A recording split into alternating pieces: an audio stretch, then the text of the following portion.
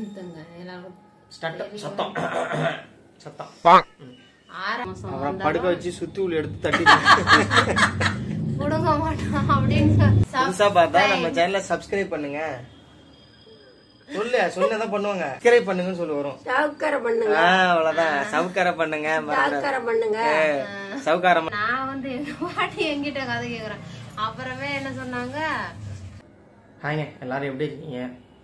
இன்னுமுமே நாங்க யூடியூப் ஆரம்பிச்சு 1 வருஷம் ஆயிடுச்சு. நாங்களும் ஒரு 1000 வீடியோ பக்கமா போட போறோம். இன்னமும் இந்த டேக் போறது நிக்க மாட்டேது. அப்பதான் இப்படிங்கிற எல்லாம் சரி விட. இந்த வீடியோ எதுக்காகன்னு பாத்தீங்கன்னா, நிறைய பேர் கேள்விக்கிட்டு இருந்தாங்க, குழாய்க்கு இது எத்தனை மாசம், இந்த மாசத்துல போயிட்டு நீங்க பல்ல புடுங்கலாமா, டாக்டர்ல கேட்டீங்களா அப்படின்னு சொல்லி நிறைய கமெண்ட் வந்து இருந்தது. சரி அதான் வீடியோ ரெடி பண்ணலாம்னு சொல்லி குழாய் சொல்லிட்டு இருந்தாளா, ரெடி பண்ணுங்கட்ட. அது குழாய் தான் ஸ்டார்ட் பண்ணும். நீங்க ஸ்டார்ட் பண்ணுமா விஜயனி? இது வந்து 6th மந்த்ங்க எல்லாரும் சத்தம் 6வது மாசங்க இது. அப்புறம் பல்லு வலியை பத்தி அதிக பேரும் கேட்டுக்கிட்டே இருந்தீங்க, எப்படி புடுங்குனீங்க, அது இது அதிகமா ட்ரீட்மெண்ட் சொன்னாங்க கமெண்ட்ல. அதெல்லாம் பண்ணுங்க அது திரும்ப சொல்லிக்கிட்டே இருந்தாங்க. அது எல்லாமே ட்ரை பண்ணேன். ஆனா பல்லு வலி கொஞ்சம் கூட குறையவே இல்லை. இந்த மாசத்துல மட்டும் கிட்டத்தட்ட 4 டைம் பல்லு வலி வந்துச்சு. அந்த 4 டைம்ல நான் 3 டைமும் பொறுத்துக்கிட்டேன். தூங்கின உடனே மறுநாள் காலையில எந்திரிச்சு சரியாயிருச்சு. அந்த மாதிரி இந்த டைமும் ஆயிரும் அப்படின்னு நினைச்சுக்கிட்டேன். நான் அப்படியே இருக்க வலி ஓவராச்சு. உடனே நைட்டு 8:30 மணி இருக்கும்னு நினைக்கிறேன். ஹாஸ்பிட்டலில் போனால் மறுக்கிற மாதிரி எதுவும் தரக்கூடாது, டேப்லெட்ஸு புடுங்கவும் கூடாது, பல் கிளீன் பண்ணவும் கூடாது அப்படின்னு சொல்லிட்டாங்க. அப்புறம் பல்லு ஸ்கேன் எடுத்து காமிச்சாங்க. ஸ்கேன் இல்ல, கேமரால காமிச்சாங்க. ஸ்கேன் எடுக்க கூடாது பிரெக்னண்டா இருக்கும்போது. அதை எடுக்கல, எடுத்து காமிச்சாங்க. அந்த இடத்துல ஏதோ படிஞ்சிருந்தது. அப்புறம் என்ன சொல்லிட்டாங்க, நீங்க போய் சுத்தம் பண்ணி தான் ஆகணும், உங்க டாக்டரை கேட்டுங்கன்னு சொல்லி இங்கே சொல்லிட்டாங்க லோக்கல். அப்புறம் மறுநாள் என்ன ஆச்சுன்னா, ஹாஸ்பிட்டலுக்கு நாங்கள் ஜிஹெச் போயிட்டு கேட்டோம். அவங்க என்ன சொல்லிட்டாங்கன்னு பாத்தீங்கன்னா, அதாவது பிரெக்னண்டாலும் புடுங்கலாமா என்னன்னா, அவங்களும் யார்கிட்ட பெரிய அவங்களோட கொஞ்சம் ஹையரா இருக்கிறவங்கள்ட்ட கால் பண்ணி கேட்டுட்டு, நீங்க நேரா அது என்ன சிதம்பரம் வந்து அங்க ஒரு இதை பல்கலைக்கழகம் மாட்டி ஒன்று கைனா காலேஜ் ஸ்பெஷல் அங்கெல்லாம் இருக்காங்களா எல்லாம், அந்த டென்டல் ஹாஸ்பிட்டலுக்கு போங்க அப்படின்னு சொல்லிவிட்டாங்க. அப்புறம் என்ன ஆச்சுன்னா, போக முடியாத சூழ்நிலை. அன்னையும் பாத்தீங்கன்னா வேலை எனக்கு ரெகுலரா இருக்கு, விட்டா அது கூட வேலை இருக்காதுன்னு சொல்லிட்டு இப்போ நான் யோசிக்கும் போது தான் இவங்க அம்மா வந்து, அதாவது எங்க மாமியார் என்ன பண்ணாங்க, இவங்க அக்காவுக்கு குழந்தை பிறந்திருக்கு, அவங்கள பார்க்கறதுக்காக அவங்க ஈரோட்டுன்னு சொன்னாங்க. சரி அப்படியே அவங்க கூட ஜாயின் பண்ணி விட்டோம்னா போயிட்டு வந்துடும்னு சொல்லிட்டு நான் காலையில 5:30 எந்திரிச்சு போல 6:30 கொண்டு போய் விருதாச்சலத்தை அவங்க அம்மா கூட அனுப்பிச்சு விட்டேன்.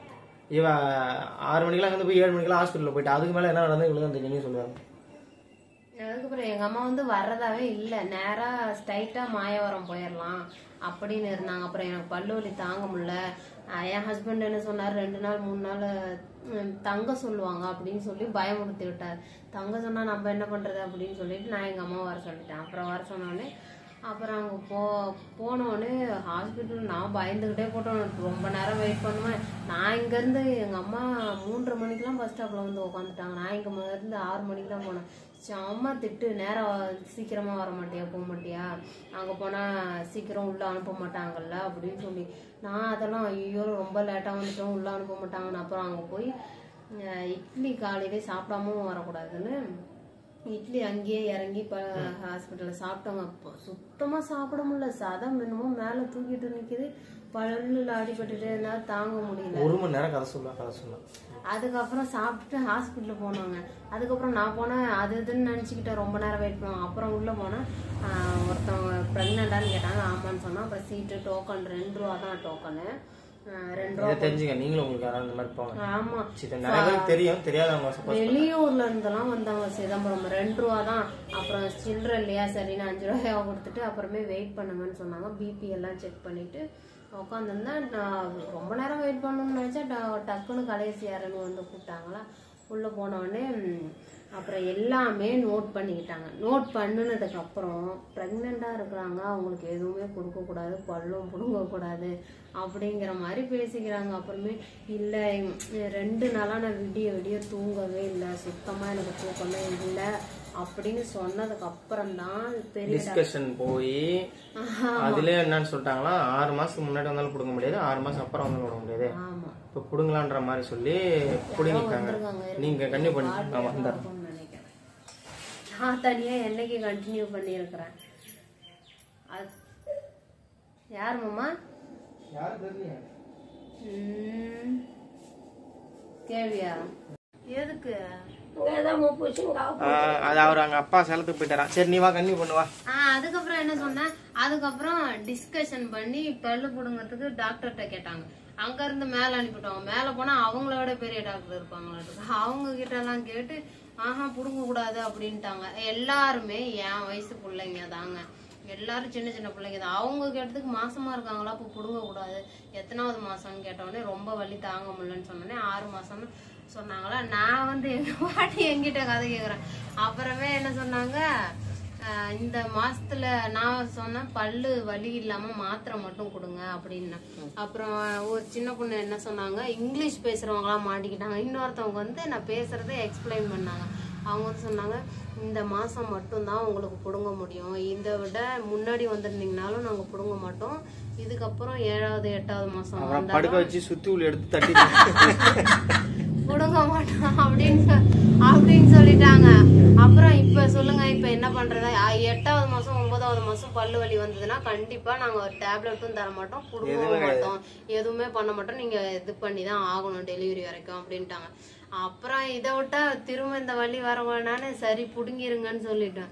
நான் அப்படி சொல்லிதான் குறைஞ்சது 4 பள்ளியாவது புடிங்கிட்டோம், சொத்த புள்ள எல்லாத்தையும் இந்த டைம் புடுங்கி இருப்பாங்க. ஆனா இந்த டைம் புடுங்க மாட்டாங்க. அதனால எது ரொம்ப வலிக்குதோ அந்த பல்ல மட்டும் அப்புறமே அது இதுன்னு மறுக்கிற ஊசி எல்லாம் போட்டாங்க, மறுக்கவே இல்லை. திரும்ப 2வது டைம் வலி இருக்கான்னு கேட்டாங்க, வலிக்கு. அந்த ஊசி போட்ட உடனே மயக்கம் ஊசின்னு நினைச்சேன். கடைசியில பார்த்தா அது மயக்கம் ஊசி எல்லாம் கிடையாது, மறுக்கிற ஊசி தான். அதுக்கே மயக்கம் தலையெல்லாம் சுத்துச்சு.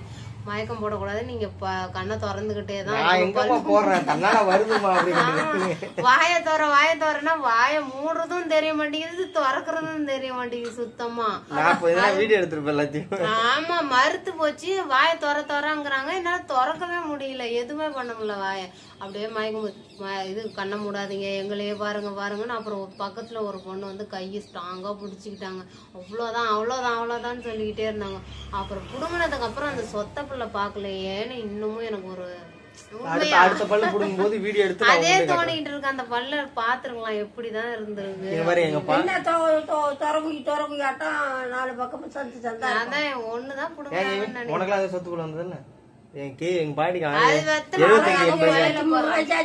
எனக்கு எந்த பல்லு வலி கல்ல கூட கடிப்பாங்க. ஏதாவது உடம்பு சரியில்லைனாலுமே எங்க பாட்டி என்ன சொல்லுவாங்க, அந்த காலத்துல என்னத்தையோ அரைச்சி உருண்டை புடிச்சு கொடுத்தேன், இன்ன வரைக்கும் என் மோவெல்லாம் ஹாஸ்பிட்டலே போனதில்ல அப்படின்னு சொல்லுவாங்க. நம்ம ஏதாவது ஹாஸ்பிட்டல் போனோம்னு சொன்னாலே அதான் கேக்கு. சரி அப்படியே என்ன சொல்லு, புதுசா பார்த்தா நம்ம சேனலை சப்ஸ்கிரைப் பண்ணுன்னு சொல்லு, நம்ம சேனலை சப்ஸ்கிரைப் பண்ணுங்கன்னு சொல்லு. வரும் சொல்லு, புதுசா பார்த்தா நம்ம சேனலை சப்ஸ்கிரைப் பண்ணுங்க சொல்லுதான் பண்ணுவாங்க. சொல்லு கேவியா, சப்ஸ்கிரைப் வராது, சும்மா ட்ரை பண்ண சப்ஸ்கிரைப் பண்ணுங்கன்னு சொல்லி வரும். அவ்வளவுதான், சவுக்காரம் பண்ணுங்க மறந்துடாம. நம்ம சேனலை புதுசா பார்த்தா அவ்வளவுதாங்க. இன்னொரு வீடியோல மீட் பண்ணலாம். பாய்ங்க. இரும்பலோட